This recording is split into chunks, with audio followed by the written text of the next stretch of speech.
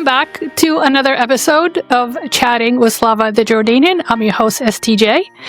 Today, I decided to invite back my co-host, one of my co-hosts, Dr. Ehab Abdraeim, to talk about our trip to Egypt. This is our second time to Egypt.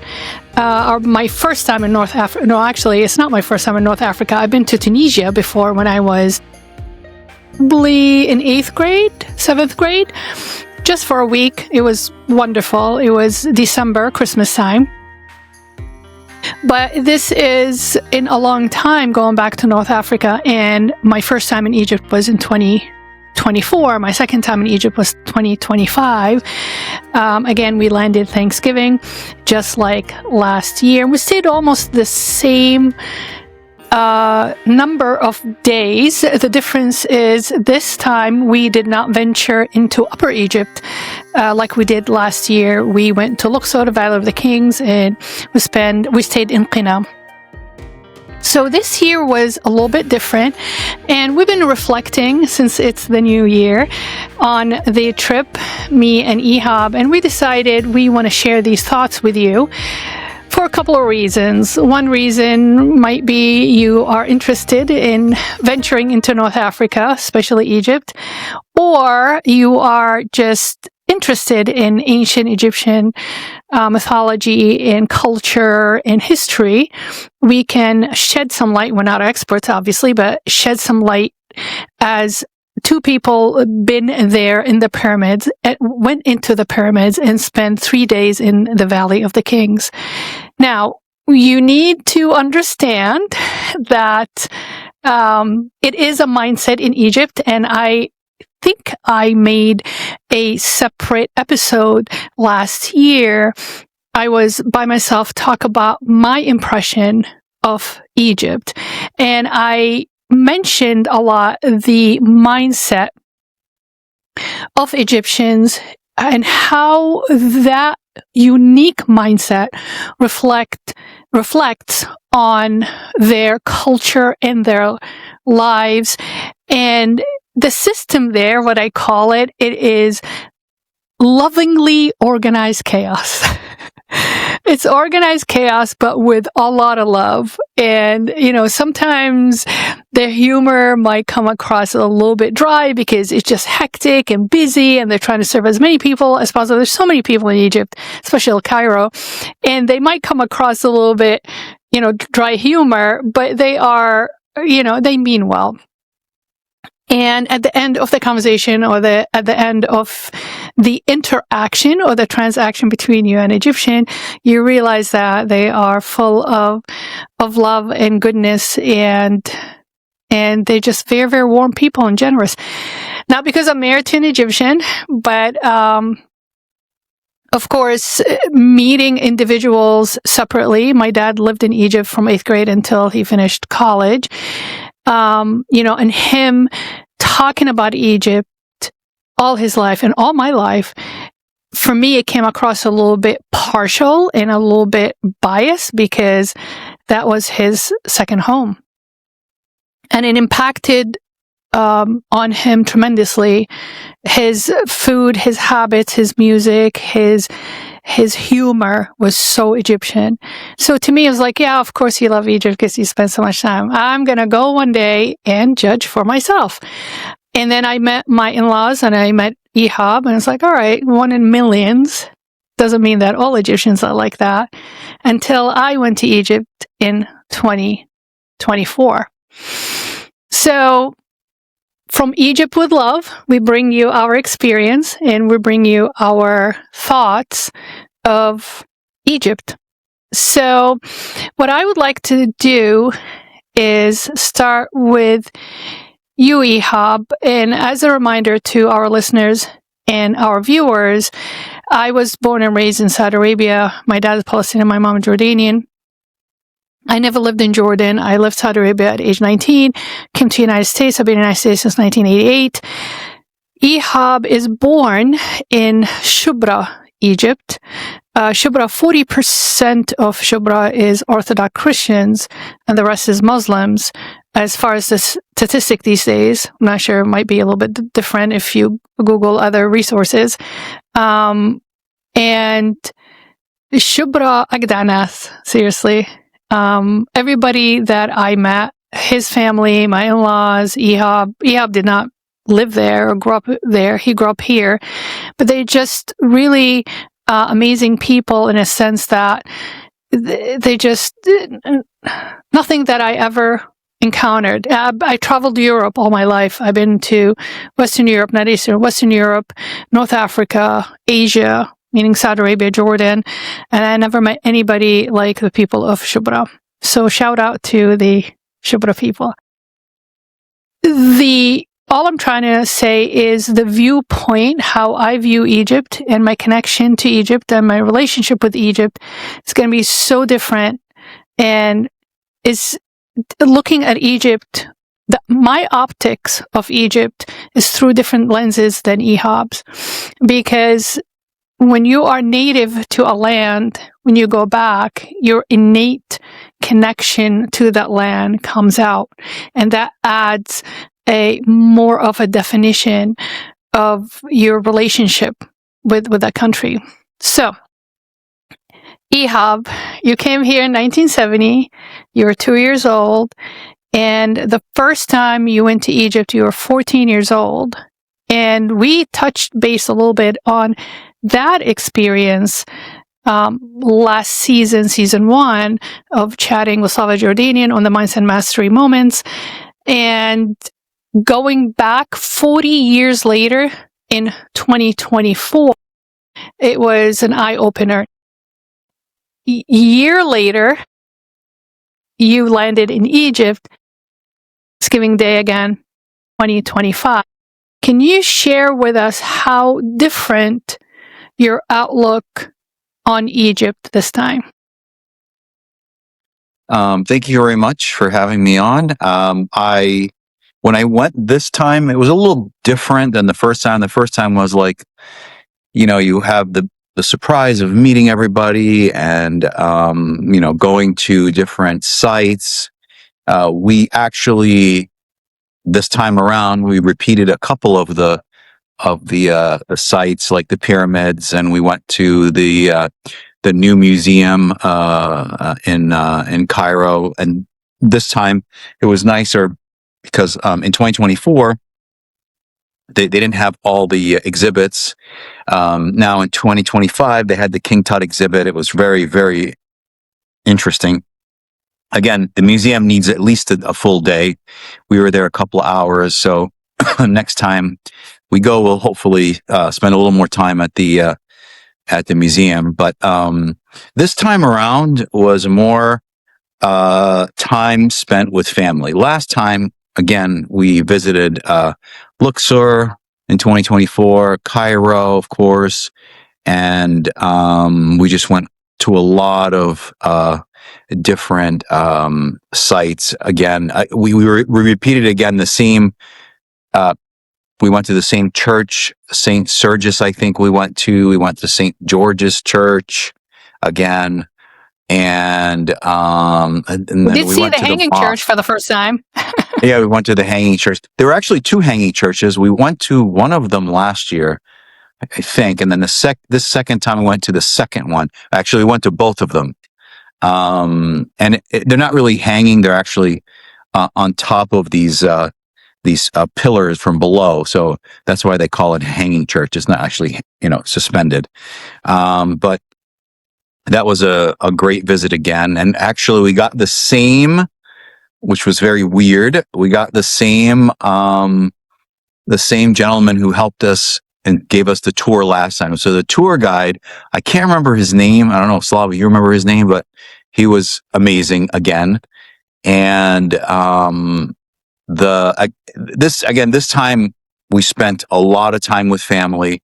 I got to see my uncle pretty much every day, if I remember correctly. We saw him almost every day this year.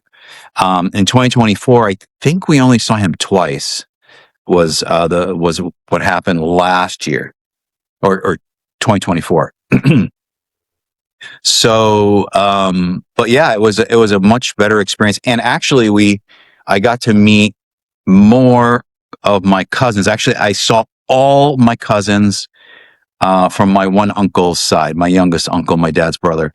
So I met everybody, their spouses, their kids now. So I got to meet that whole subgroup of the family. And it was a great time. And I think we did a couple dinners together with everybody, this last time too. So, which was nice. But hopefully next time, our next visit, our goal is to visit a little bit of Alexandria, which is about an hour and a half from of Cairo. So it's it's a day trip. So I can go visit some of my cousins up in Alexandria. And then Mansoura, we want to go there. That area has a group of my cousins again,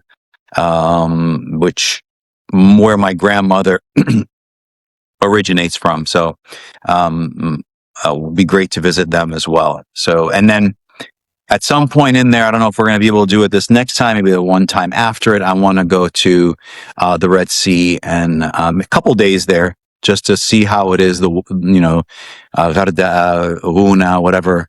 Doesn't matter to me, but we can always find something for, a couple days visit. Yeah, being born and raised in Saudi Arabia, that was the only waterway that we had, and that's where I learned how to swim. My dad was a great swimmer, of course, because he lived in Egypt. My mom wasn't, because my mom was born and raised in Jordan, and she did not leave Jordan until college, and Jordan's landlocked. Nobody went to Al-Aqaba back then in the 50s and the 60s. And literally her town looks like Sicily. Very rocky terrain, very, very dry. They get snow. And the vegetation they have are basically olive trees, citrus trees, and they grow a lot of grapes. So my mom was terrified of water because of the lack of the skills. My dad was like a fish. So he literally, at 4 years old, he just threw me in the water in the Red Sea. And he goes, swim, paddle, like a little dog. So that's where I learned how to swim. And the Red Sea has a very, very special place in my heart, because I swam in the Atlantic, the Pacific, the Caribbean, the Red Sea, the Mediterranean, and the Red Sea, by far, the best water you will ever swim in.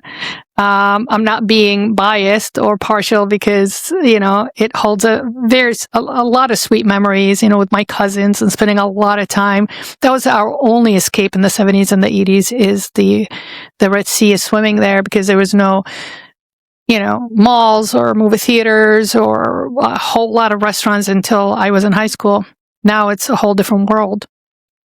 But that was our physical, emotional, mental escape, is just to go to the Red Sea. And to us, that part of the world, the Red Sea was a holy water. As you know, the Red Sea was crossed by Sayyidina Musa alayhi salam to save his people. And that was really considered as the Holy See for us. So yeah, Ehab, you need to swim you have to go to the Red Sea for sure. And from the pictures, I never been on Egypt side. Saudi side was beautiful. But from the pictures that I've seen, it's 100 times prettier on the Egyptian side. So definitely that's our plan. I hope you hold to your promise and you take me. Oh yeah. This time so from your dad's side, that living children, from your dad's side, there are only 3 left, a boy and 2 girls. The boy is in Cairo, 1 girl in Alexandria, and the second girl is in Mansour and Mahalla, which is where your family originates from. And this time, because of your niece's engagement party, everybody and they knew we were there. They ended up calling both of your aunts, the 2 last ones.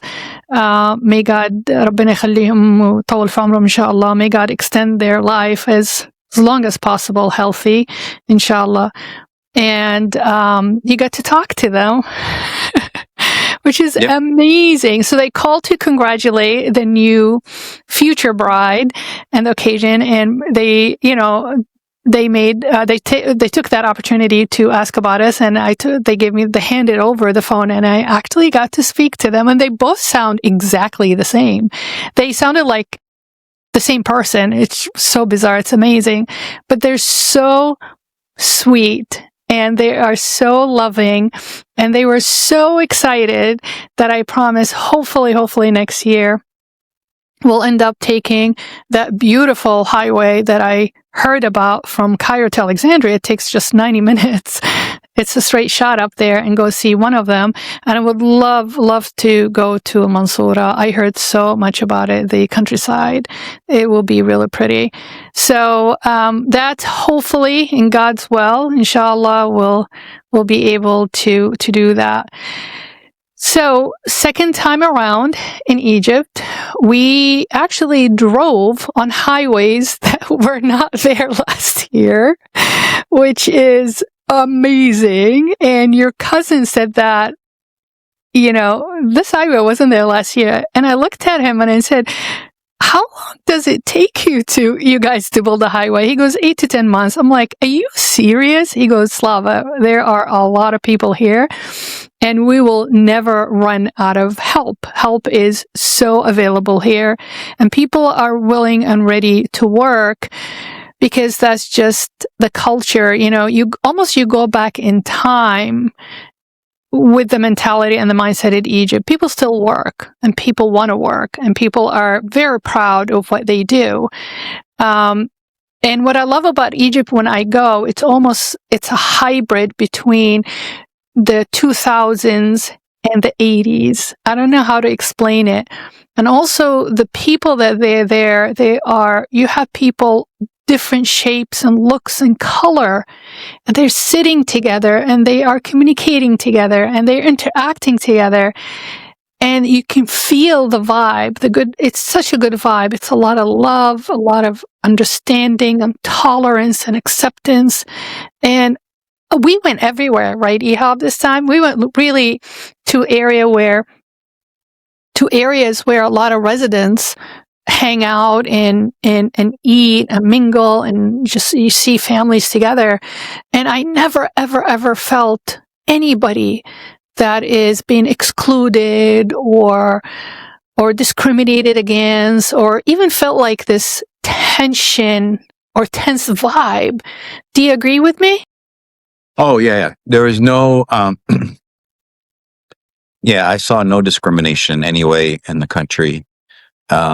Between Egyptians, even were at least one cafe. There was I'm trying to remember if they were from Europe or from the United States. They were sitting right next to us.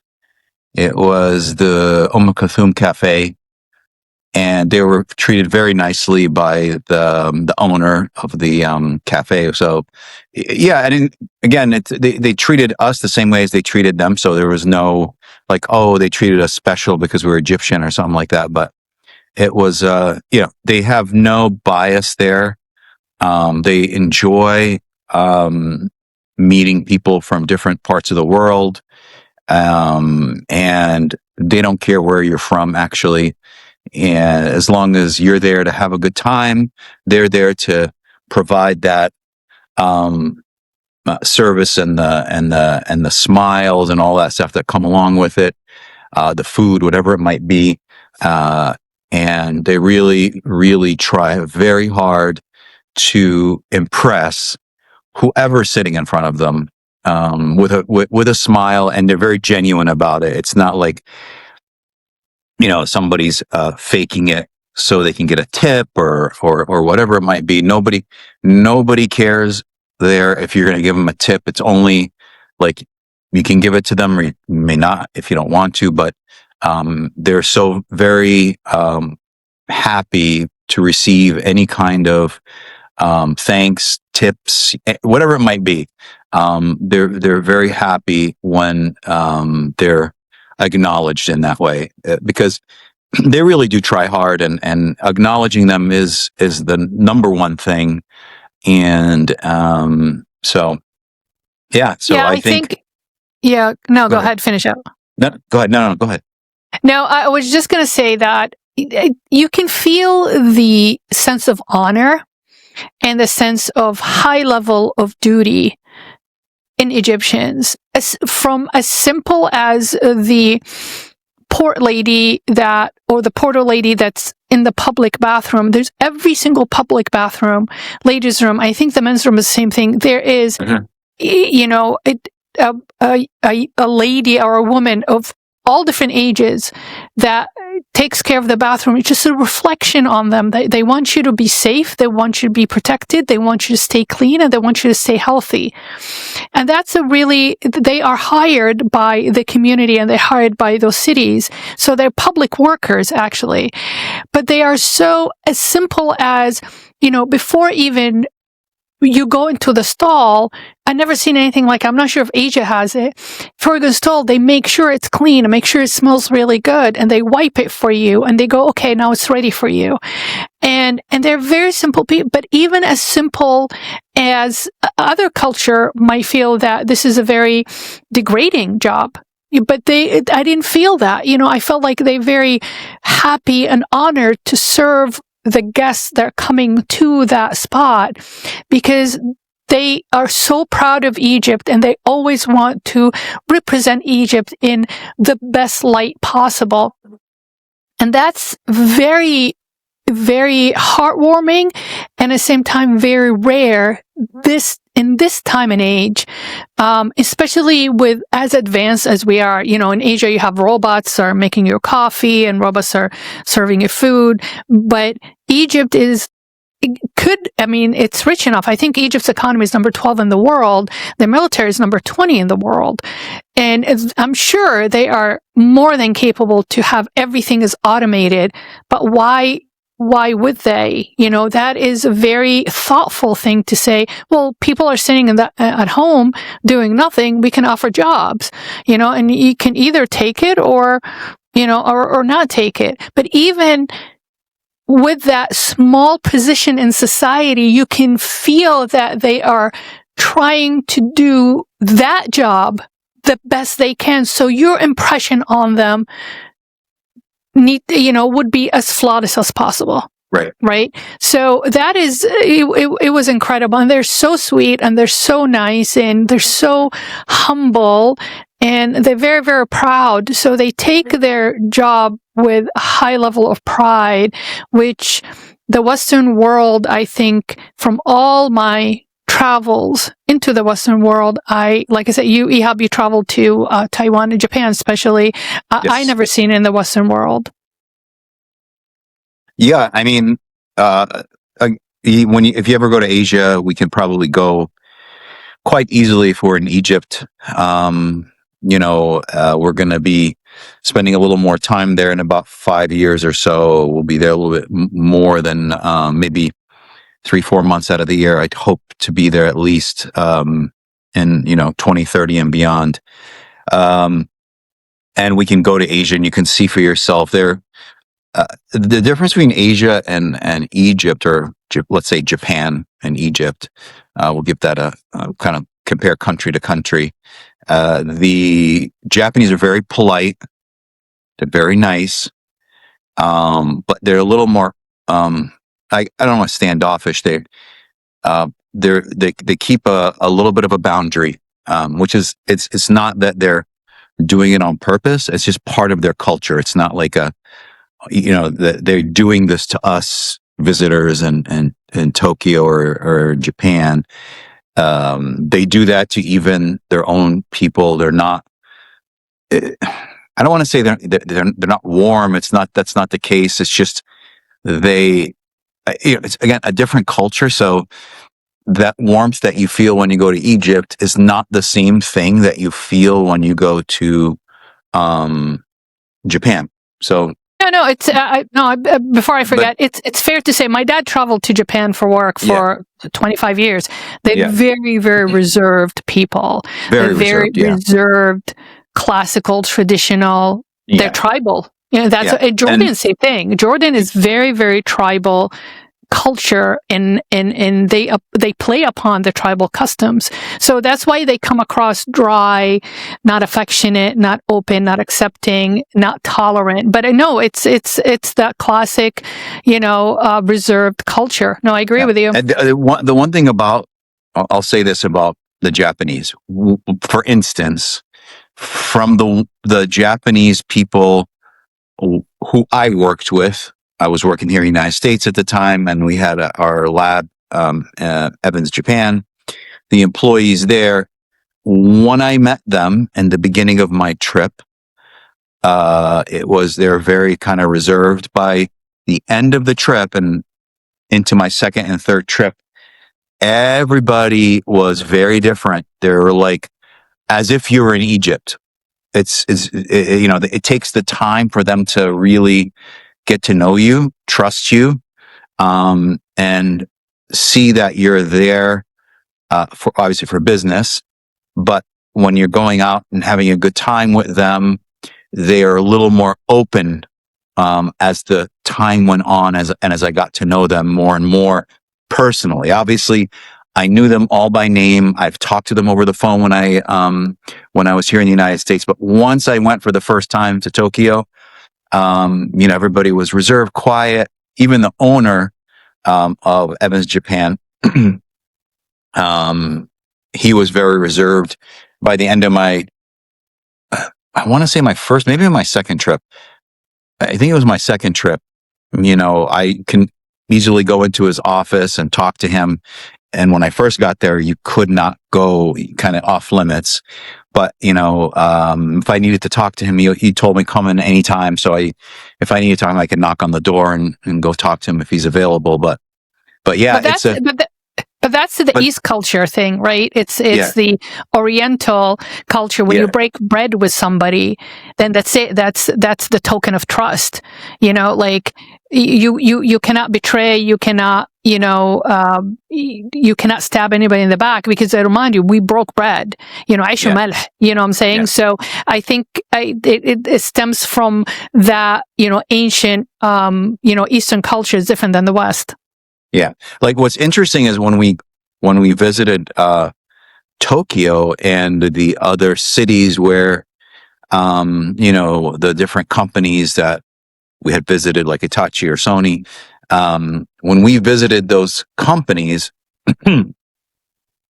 whether it be inside of Tokyo or some towns and cities outside of Tokyo, it was very different, because we never ever went out with any of the people from these companies for dinner, lunch, nothing. The only people I'd go out to lunch or dinner with, or even breakfast, are the employees of Evans Japan. So what was interesting was there was no like me going and oh yeah, let's go to dinner, from like the 4 or 5 engineers that we got to talk to, privately. So we'd have an open forum presentation to maybe 20, 30 engineers, or scientists. And then, we'd break off, and, there's about 4 or 5 of them that would sit with us, privately afterwards. And nobody ever brought up, hey, let's go out to lunch, let's go out to dinner. Once we were done with that engagement of discussion of any of the work we did or that they wanted us to do, everything was done at that point. After that, everybody goes kind of home and does their thing. But yeah, Asia was a very interesting place. And hopefully when we are in Egypt, I think we can take a flight over. I think it's not too far, because you would just go east from Cairo to Tokyo, so it's a lot closer that way. No, Ehab, you're very confident. What, my the distance? jet lag? No, that's just the jet lag. It's I don't know. Yeah, Hopefully, I'll be able to do it before I get any older. But I don't know. I think the hours, like let's say so Egypt is 7 hours ahead. Yeah. And then I think Asia is another 5 hours ahead of Egypt, something like that. So you would have to be in Egypt for a while, and then you can go do that. You can go and Yeah, I think. Yeah, I know. The 5 hour time difference is not. Yeah. No, that's not a big deal as long as I'm in Egypt for a certain amount of time, so I can regulate that jet lag and then get used to it, and then change mine, and then come back in 5 hours. That makes sense. Yeah. But let's go back to Egypt, and let me just justify my statement of how I consider Egypt the Holy Land. If you think about it, Egypt to me is very nostalgic because I get to go there and I get to hear the adhan 5 times a day, and that's music to my ears and warms my heart. And think about it, walking in Cairo is ancient. I can lean against a tree that's thousands of years old and just meditate for 5 minutes or 2 minutes waiting for my pomegranate juice to be squeezed. Right. Where, when we're home here, I have to make sure that I make time to meditate, and I'm sitting there in a quiet room with meditation music and no interruptions. But over there, it's effortless. Everybody is 80% of the time, everybody is in that nostalgic vibe and nostalgic frequency that you don't have to designate a time of the day to just shut it down and enjoy a moment of stillness and be in the moment. So many times you might call me crazy, but we'd be walking, at any site, like even with St. Sergius or St. George's Church, or I'll be walking and I will feel the whole world almost stood still and time stopped. And I smell and I feel the ancient Egyptians spirits around. It's so mystical. It's crazy, but that's rare in the Western world, unless you go to areas that that's 1,000 years old or 1,500 years old, which is Northern Europe. But you have to take yourself away from civilization and the industrialism to shut everything down, hoping to go into that stillness and like I said, to be in the moment and hope to go inwards and reflect on life. And that's the thing that happens to me through the whole trip when I'm in Egypt. It's constant reflection on life. I think because we are surrounded by family, Ehab, and we are constantly comparing stories, and we're telling stories about our parents. We're talking about ancient Egypt, and we see it, we smell it, we hear it, we feel it, we think about it, we talk about it constantly. So we are in a constant nostalgic mode that you start reflecting every time, and I said it before, every time I went back to the hotel and I went to bed, I'm like, what just happened today? It could be as simple as, we had breakfast and then we met your cousin and we went to the bank, or we went to a store, or we went to, your cousin's apartment and we sat down and you played backgammon with your uncle. It's really simple things. Nothing big, nothing fancy, nothing big. We didn't go to concerts. We didn't go to like resorts on the beach. We just did simple things that everyday people have done. But the impact of that, it's not what we did, it's how we did it and who was around us, and the energy was around us. Every time I went back, I just it's so emotional, and it's overwhelming how much reflection I had in the 8-10 hours that I stepped out of the hotel. So I think because now this is just fun fact for our listeners and our viewers, Egypt Masr. Masr means borders or territory. That's what Masr means. It's an ancient Egyptian word. So Egypt in Quran was mentioned at least 5 times in Surah Sayyidina Yusuf and Surah Sayyidina Yunus. But the interesting fact is the pharaohs of Egypt were mentioned in Quran more than 70 times. 70. All right. So Egypt is not only the Holy Land because Sayyidina Musa was born there and he grew up there and he lived there, but also Sayyidina Isa alayhi salam, he, as we mentioned last season, him and Sittana Maryam, they actually lived in San Sergius Church, where San Sergius Church is, for about 3 months, escaping King Herod's attempt to kill them. And then, so they lived there for 3 months. He was about 3 months old. And then they went to Upper Egypt for another 3 months. So they lived in Egypt for about 6 months. No, that's all on foot or by horse, right? Right, so right. that's crazy, I mean, so it's from Cairo, I think, Laqina to Luxor, about 5-hour drive. It's about an hour flight. But can you imagine in the heat with all the desert conditions with a 3-month-old baby? Luckily, fortunately, Sayyidina Isa survived. Anything could have happened. Thirst, and look at with Sittana Hajar or Sayyidina Ismail.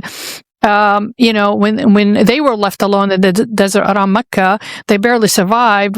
I think without the miracle of God injecting Zamzam water between Sayyidina Ismail's legs as an infant, they probably would have died. So that was God's mercy on them. But and then they went back to Jerusalem after 6 months. So it's not one prophet; it's 2 prophets that lived there, and they called Egypt their home. So, but that's very, very interesting. That's just a fun facts for you guys. But let's get you, Ehab, responding to what I said about being so nostalgic. And you're a scientist, so you look at things from a very scientific point of view, and you're very, very logical. Share with us if you felt that in Egypt more than any country you've been in. Yeah, being in nostalgic. Yeah. Mystical. Yeah, I think there's a lot of nostalgia in a way that, again, nostalgia really kind of goes hand in hand with the amount of time you spend somewhere. But, that short period of time, there's a lot of nostalgia because of just a lot of the interactions I had with my parents, them telling me stories about Egypt and my family and all that. So when I went, I was like, I wasn't the first time, and I went in 2024 as an adult, I wasn't expecting as much as I thought was going to happen, but it all was very organic. Everything was very nice. Everything, my family was as if I never left there. It's very interesting. Usually these are the friends that I have here in the United States. When I see them again from high school, for instance, you're like, as if you've never left each other, and went to college or moved on. But, it felt like that even in 2024, even though I hadn't seen them for 40 years, prior to that. So, and of course, this time around, it was very like nostalgic and, more family, and it was very welcoming. Again, it was welcoming in 2024 as well. There's no difference there, but it was very welcoming, and the people, of course, were very kind as they normally are. And everything, what's funny is, and I want to talk about this, is that we always compare, when we get back, like restaurants we've been to over there versus here, cost of food. It's wild. We went out to breakfast the other day, had some eggs. I think like I had some toast with some, avocado on there, avocado toast. Slava had an avocado toast as well. Ended up being like $30. I don't know, 35. I can't remember. And I remember when Slava wasn't feeling well at the hotel, this last time, because, you got sick, I think the second or third day after we arrived. And you stayed in the hotel room for at least 3 days straight.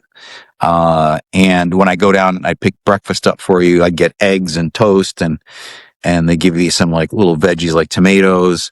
That was like, I think it came out to be $3. And this is a hotel, a 5-star hotel. So imagine what the breakfast would be outside of this hotel. But yeah, it was, I remember it was 140 pounds because I did it for several days in a row. And, and then if I wanted to get like I think I got you some fresh mango juice one time and then fresh guava juice from there.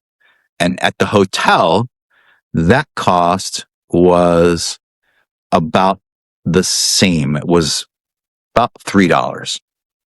And this is like fresh juice, like not like sugar added water. They took a mango and like juiced it down and blended it. And the same thing with the guava juice.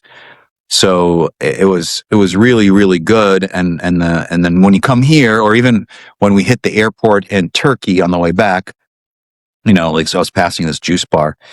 They were selling, juice for $10 and fruit cups for $15, which you'd say that to somebody in Egypt, that's outrageous, But again, it's not that it's Turkey's fault. You're in Europe. So we've been all over Europe, and it's not like Turkey's a special case that they're very expensive compared to Egypt. It's all of Europe is like this. It's not like when we visited London, food and any kind of drinks you get there, like juices and things like that, are similar pricing to Turkey. It's not like it's different because I think just Turkey's part of Europe, and they have that economy already set. Egypt, I am hoping, is going to be moving in that direction in the future, and I'd love to see the middle class in Egypt start getting the pay and things like that, so it reaches a level. It might not reach the level of Turkey, like of the cost of anything, but I'd like to see increase and of course in the livelihoods of the people there, because the more you increase everybody's income, that helps people buy more, and that kind of drives the engine of the country's industry, right? So you're buying more. As long as they're making it inside the country, it's benefiting the owner, an Egyptian owner of the company, and they can keep the prices not going high because you're not getting anything from the outside, and you're benefiting the people of Egypt too. So that's hopefully the next 5 to 10 years. I hope to see something like that. I know the average pay in Egypt for an employee, I think somebody with a degree, I believe, is about $200 a month. So I'd like to see that go up, in the next 5-10 years by 3, 4, 5 times would be great. Without obviously inflation.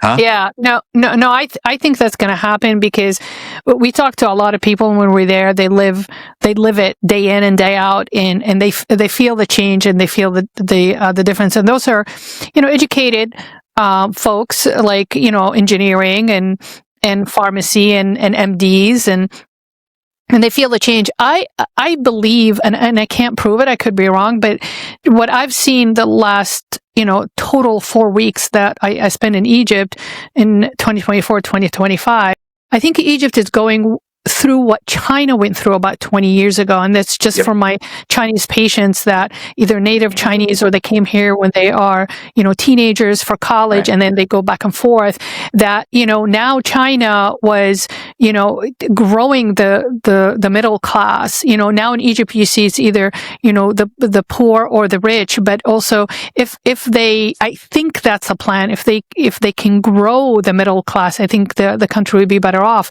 But speaking of that, the last day we were there, we went to that trade show that, where we saw it was all about food, right? And everything has to do with packaging food and making food. And we saw it was shows all over. It was huge.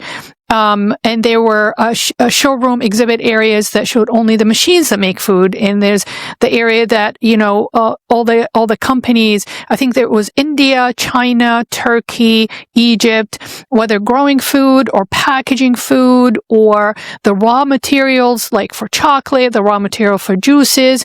And we met fascinating people. But my question, I guess, to you as a scientist, what was your impression of that? What did you feel after you saw that? That was our last day Of the last day we were there at the just show. of the show. Oh, yeah, that's right. We left the following day. That's true. That's right. Yeah. The show was, again, obviously I've never been to any show. I mean, I've been to a lot of conferences, scientifically. I've been to dental conferences, but it was really a neat experience to be at a food show. So like they had different buildings, and in each building, you had something going on. So I believe the first two buildings were actually food. So, people that sell chocolate and, people that sell spices and, people that sell different juices and different, sodas and things like that. It was just a lot of different. And so most of them, most of them are made in Egypt and they want to export. But I saw various ones from Asia. There was a Chinese kind of kiosk, a big one, and they were bringing different types of food in from China. And I believe there's one for some Southeast Asia. I want to say, is it Vietnam? It was Thailand. There was a lot of Thailand. Thailand, yep. Speaking of China, I met this Syrian family. As you know, after the 2007 war in Syria, a lot of Syrians fled Syria, went to Egypt. And by the way, fun fact for our viewers and our listeners, Egypt doesn't have refugee camps. There are no tents. So all the Iraqis, all the Syrians, all the Palestinians, the refugees that are in Sudani refugee that are in Egypt, they live in buildings and homes that has electricity and water running through it. So Egypt never put any refugees in refugee camps like other parts of the world or Middle East. That's number one. Number two, anyways, there's an area called Rehab, it's actually a city of Rehab, was built by the Syrians, came with cash from Syria after the war, and Egypt said, go have at it. Go ahead and build. So they own a lot of businesses, jewelry stores, cafes, bakeries, restaurants, just clothing stores. But I met this Syrian family, and they are in the business of exporting bay leaves, the bay leaves that you use to cook soups and stuff. And I talked to the dad, who's the owner of the company, and he said that in order for them to export bay leaves grown in Egypt to the United States, they have to go through China. China takes about 20%. Then and they get the 80%. So what? Believe it or not. Yep. So he said, he was joking around with me. He goes, would you be interested in getting us in United States with bypassing China? And if you do that, guess how much money we will make a year? $2 million from selling bay leaves. That was fascinating to me. That was absolutely fascinating. The other thing was, real quick, because we have 5 more minutes left. Yeah. So the only other thing the other building we went to was the packaging, and I think we sat down there, and my cousin, my cousin was there, and she was asking some different questions about packaging chocolate, things like that.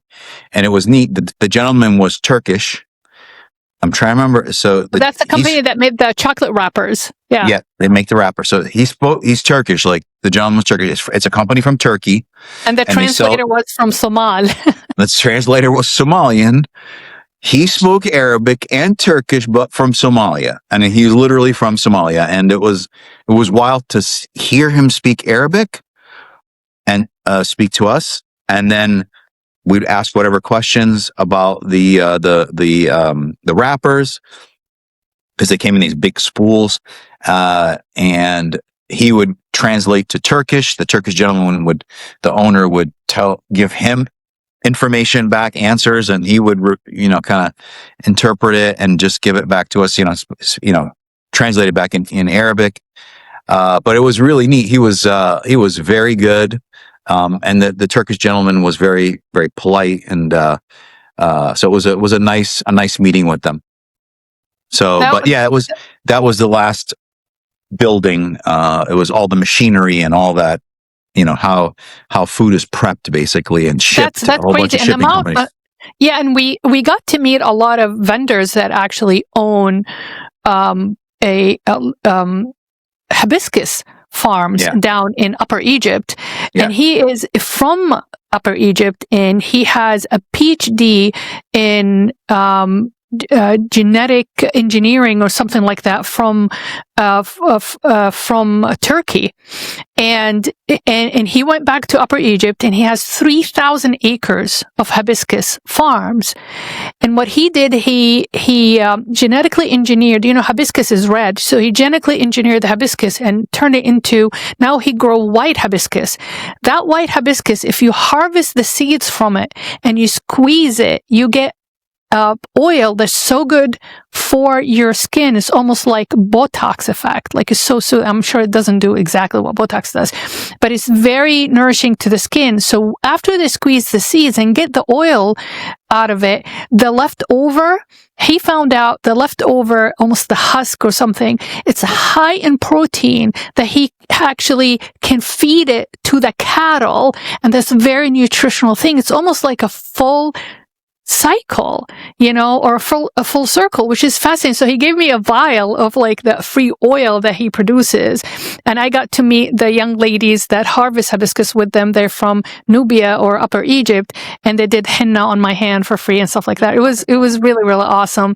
But it was an eye-opening, because you hear all kind of stories and chatter that Egypt is, keeping up, and they're doing this and doing that. It's like, oh, okay, maybe just promoting the country. And then we went to that show, the trade show, and I'm like, oh my God, Egypt is the door to Africa. Oh yeah, for real. Not only Africa, Asia. Like I said, we saw companies from Thailand, India, a lot of companies from India, China, Turkey, and a lot for Egypt, Saudi, of course, Emirates, especially when it comes to dates and anything has to do with dates, whether just dry dates or fresh dates or dessert dates or chocolate dates. They were like all over. But it is really, really fascinating. So unfortunately, we're coming to the end of our hour. Any last words, Ehab, for this episode? No, I just want to say that give people this piece of information. If they ever want to go to Egypt, reach out to us if they have any questions. We have, we know people there that can, provide like, the transportation, can provide guides, things like that. And it's a very safe country. No matter what anybody tells you, there's nothing happening that is unsafe there. And super safe. It's very safe. I think it's safer than the United States, to be honest with you. Oh my God. There are cities here, parts of cities at least, I'd be nervous going into, but in Egypt, I wasn't nervous anywhere. There was no, there's no way that anybody really would hold you up with a gun, because guns aren't allowed, just like the UK. People can't have guns. And so the safety level is very high. And then you have obviously quite a bit of police presence, whether it be uniformed or undercover. They're there to protect everybody, the Egyptians, the tourists, everybody. So, they're there for the people in the country. So, yeah, it was again a great visit, and the next one hopefully will be as fun. Yeah. Yeah. The food is amazing. Oh, yeah. But word of wisdom, take Imodium with you for sure. The food is delicious and fresh, but heavy. The other thing is, I think the best time to go October, November. December, the temperature does drop, but if, cold for us coming from the West is nothing. For Egyptians, is very, very cold. So I would guess the best season would be October through March. That's really beautiful if you are interested. So anyways, thank you so much for listening. Thank you so much for watching. And remember, those episodes are uploaded every single Wednesday on both platforms, the Spotify and Apple Podcasts by the Mindset Mastery Moments. And also they're available for you as videos to watch on YouTube. And remember, if you have any questions or certain topics that you would like us to cover, please let us know in the comments below. Thank you so much for all your support. We won't be able to do this without you. So please remember to subscribe, like, and share, and hit the notification buttons. That way you won't miss any videos. And I hope to see you next time. This is Slava the Jordanian.